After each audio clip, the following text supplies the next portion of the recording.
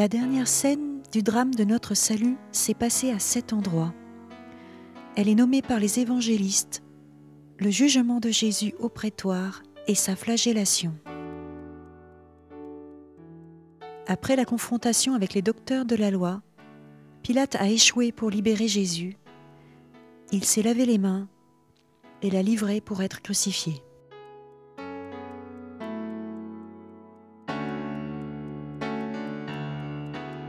Qui abbiamo due piccoli santuari che sono legati proprio al racconto della passione. Ici, nous avons deux petits sanctuaires qui sont liés au récit de la passion du Christ, le lieu de sa condamnation et le lieu de sa flagellation.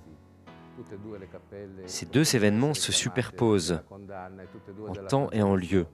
Donc chacune de ces deux chapelles pourrait être appelée soit de la condamnation, soit de la flagellation.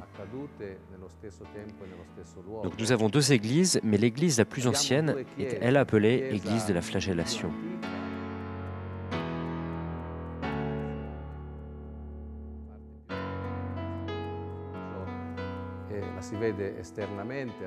C'est la partie la plus ancienne de cet édifice, qui s'étend de la vue extérieure à la gauche de la façade, où sont les contreforts de pierre qui peuvent être datés de l'époque médiévale.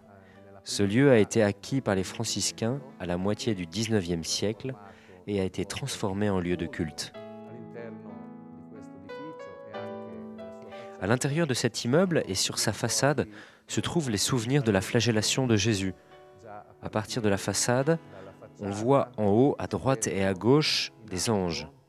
Et beaucoup de symboles où sont représentés tant de signes et d'instruments de la flagellation.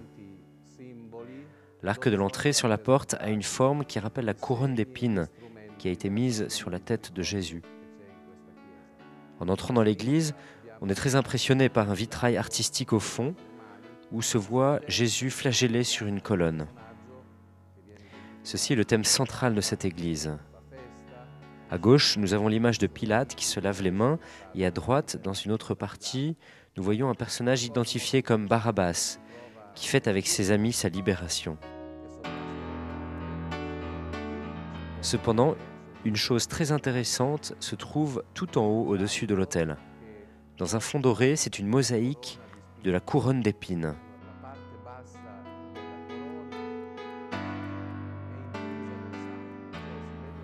La partie la plus basse est tachetée de sang et on aperçoit des gouttes de sang qui coulent. La partie la plus élevée de la couronne est pleine de fleurs. Et ici, nous devons voir un sens symbolique de la souffrance qui produit la rédemption.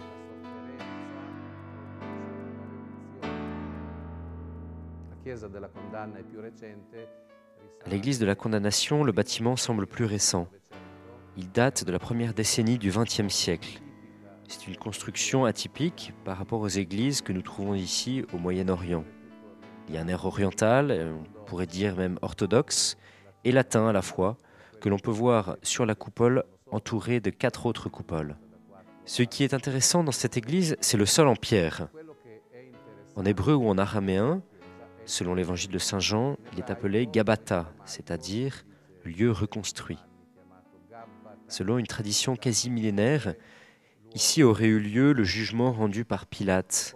C'est ce que représentent les images que nous voyons dans cette chapelle.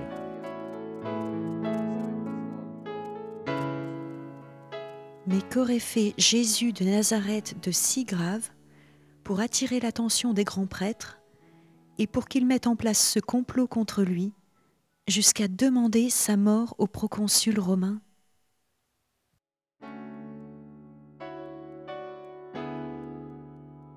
Le procès de Jésus est une chose complexe qui doit être étudiée dans son contexte. En effet, si l'on se demande qui a condamné Jésus, la réponse ne peut pas être unique. Mais en lisant l'Évangile, nous voyons qu'il s'agit d'une série de circonstances qui le conduisent à la condamnation. Jésus a été arrêté à Gethsémani par les soldats et par les gardes envoyés par le pouvoir religieux de l'époque, donc par les Juifs, ce que Saint Jean nomme Juifs. Il dit clairement qu'ils étaient envoyés par les chefs du peuple, par les anciens, les scribes. C'était peut-être une garde privée unie à la garde publique, c'est-à-dire les soldats du procureur, Je dis peut-être car nous n'en avons pas trace dans les sources. Ils arrêtent Jésus pour des motifs religieux, et pour les mêmes raisons, ils le présentent au grand prêtre pour qu'il soit jugé par lui. Le grand prêtre juge Jésus pour un motif religieux et le questionne en ce sens. « Répondez au nom du Dieu béni, si vous êtes le Fils de Dieu, si vous êtes le Christ. » Et Jésus répond « Oui ». Voilà le motif par lequel la partie juive condamne Jésus.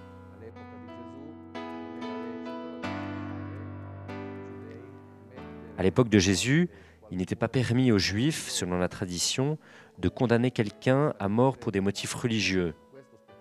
Cela venait des autorités romaines. Alors le lendemain, ils le conduisent à Pilate en rajoutant au motif religieux la prétention de devenir roi. Cela par contre pouvait préoccuper le pouvoir romain et Ponce Pilate. En effet, toutes les questions de Pilate à Jésus reviennent toujours à celle-ci. « Mais es-tu roi? Es-tu vraiment roi ?» Et Jésus répond « Tu le dis ». Ce qui veut dire « Comme tu le dis, c'est toi qui le dis, je suis roi ». Cela pouvait signifier une menace à l'autorité de l'empereur. En réalité, Pilate ne le prend pas au sérieux. Et après cette affirmation de Jésus, il cherche à le laisser libre, à le laisser s'en aller. Selon les textes bibliques, Pilate ordonna la flagellation de Jésus et, après de vaines tentatives pour le libérer, il le livra pour qu'il soit crucifié. La crucifixion et la mort sur la croix étaient les pires condamnations qui pouvaient être attribuées dans le monde romain. Cela était réservé aux esclaves. Il est important de souligner que jamais un citoyen ne serait mort ainsi. Mais c'est seulement le sort qui était réservé aux esclaves.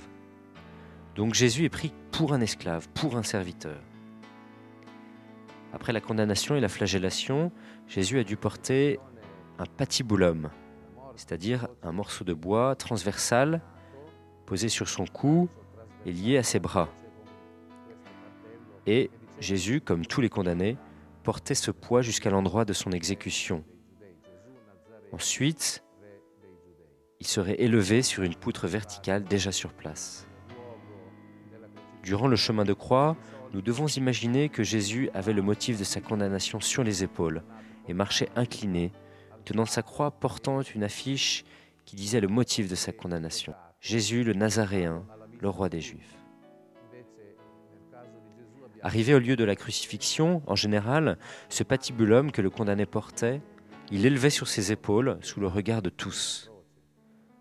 Pour le cas de Jésus, au contraire, il y eut un changement. Ses mains et ses pieds ont été cloués sur la croix, et voici une nouveauté beaucoup plus douloureuse que ce qui se produisait en général. Les deux brigands qui étaient avec lui ont été crucifiés sans être cloués à la croix. De cette façon, Jésus meurt juste quelques heures après, peut-être 3 heures selon les évangiles. Et les brigands restent vivants en pleine conscience.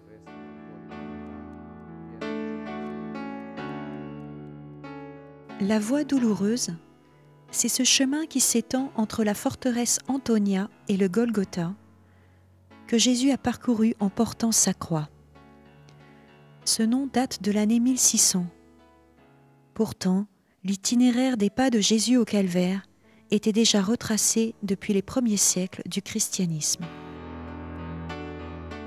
Depuis l'an 1300, les franciscains de la Custodie de Terre Sainte animent tous les vendredis une pieuse procession, la prière du chemin de croix qui suit les pas douloureux de Jésus vers le calvaire.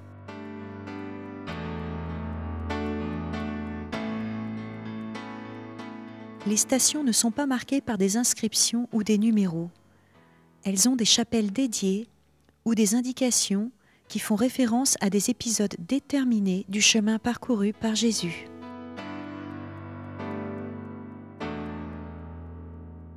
Cette dévotion est pratiquée par des milliers de pèlerins qui font ce parcours avec une profonde contrition. C'est sans doute un des moments les plus forts de leur visite en Terre Sainte.